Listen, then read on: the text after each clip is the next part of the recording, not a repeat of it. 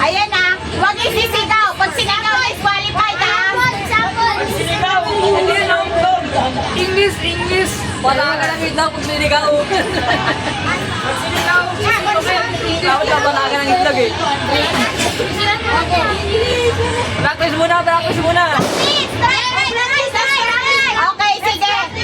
Come here si Astrid. I will say, okay, pag sinabing go, doon lang i-whisper yung message, okay? Okay, I will, this is ano lang ha, sample lang to ha. Ang hirap magpalaro sa English. Oh, wait. Wait. You have to wait ha, and go. Okay?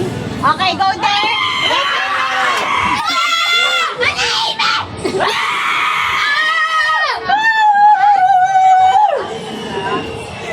Welcome, CJ! Dapat may tutukan